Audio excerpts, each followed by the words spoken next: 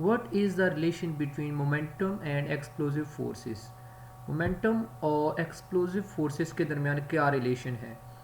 इसकी एग्जांपल हम लेते हैं बम ब्लास्ट से। देखें, बम जो है जब वो ब्लास्ट होता है तो उसके पीसेस जो फ्रैगमेंट्स हैं वो अपोजिट डायरेक्शन में इस तरह से मूव करना स्टार्ट कर देंगे।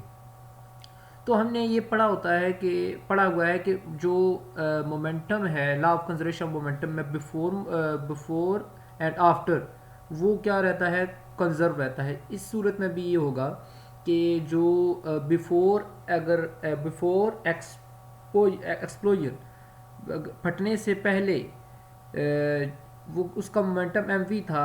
अब इसके जो फ्रैगमेंट्स है अगर हम वेक्टर एडिशन से इसको ऐड करेंगे तो हमारे पास जो मोमेंटम है वो सेम रहेगा। अब ये देखा जाए तो ये एक आइसोलेटेड सिस्टम है। आइसोलेटेड सिस्टम में हम ये कहते हैं कि ये जो मोमेंटम है कोई बैरूनी इसमें फोर्स नहीं लगाई गई, लेकिन इंटरनल फोर्सेस की वजह से एक्सप्लोजिव फोर्स लगी है।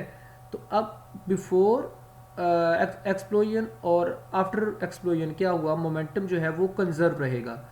तो हम यही कहेंगे कि it explode in two pieces, दो पीसेस में चला गया है। तो momentum of the bomb fragment combined by vector addition, तो वेक्टर एडिशन से हमने इसको कंबाइन किया जो कि original momentum of falling bomb के इक्वल था। तो हम जो है यहाँ से ये कह सकते हैं कि total momentum remain same, total momentum same रहेगा when momentum changes occur due to explosive forces. अब चेंज तो हुआ है एक्सप्लोजिव फोर्सेस की वजह से, लेकिन वो ओवरऑल जो उसका मोमेंटम होगा वो क्या होगा, पहले वाले मोमेंटम के इक्वल होगा with in an isolated system. तो ये एक आइसोलेटेड सिस्टम है। इसको मज़ीद आसानी से हम समझने के लिए एक और एग्जांपल देते हैं मोमेंटम एक्सप्लोजिव फोर्सेस में। वो हमारे पास है पिस्टल और बुलेट की मिसाल है। देखिए, बिफोर फायरिंग जो पिस्टल है और बुलेट है वो रेस्ट में है, तो मोमेंटम इनका बिफोर फायरिंग जो है वो क्या होता है, ज़ीरो होता है। फॉर एग्ज़ाम्पल बुलेट का मैस एम कह लें और इस पिस्टल का जो मैस है वो कैपिटल एम कह लें, और इसकी जो वेलासिटी है उसको वी कह लें। वो फ़िलहाल दोनों वेलासिटी जो है वो ज़ीरो हैं, तो इसलिए मोमेंटम भी इनका ज़ीरो होगा। और अगर हम फायर करते हैं आफ्टर फायरिंग, बुलेट की डायरेक्शन ये होगी और जो पिस्टल है वो रिकॉयल होएगा बैकवर्ड डायरेक्शन में। जैसे ही वो जो पिस्टल है वो उससे गोली निकलती है तो ऑपोजिट डायरेक्शन में दोनों मूव करते हैं, बुलेट और पिस्टल। तो हम यूँ कहेंगे कि but final momentum is M V plus M V prime.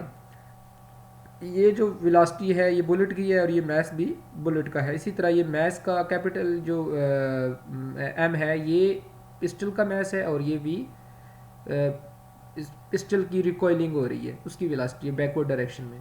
तो हम यूँ कहेंगे कि अगर हमने जो law of conservation of momentum पढ़ा हुआ उसमें ये है कि momentum before fire, momentum after fire, यानी कि बिफोर और आफ्टर मोमेंटम क्या रहते हैं, कंजर्व रहते हैं। तो उसको उसके अकॉर्डिंग अगर हम देखें तो यहाँ पे मोमेंटम बिफोर फायर ज़ीरो था, जबकि मोमेंटम आफ्टर फायर जो है अभी में हमने फाइंड किया वो ये है।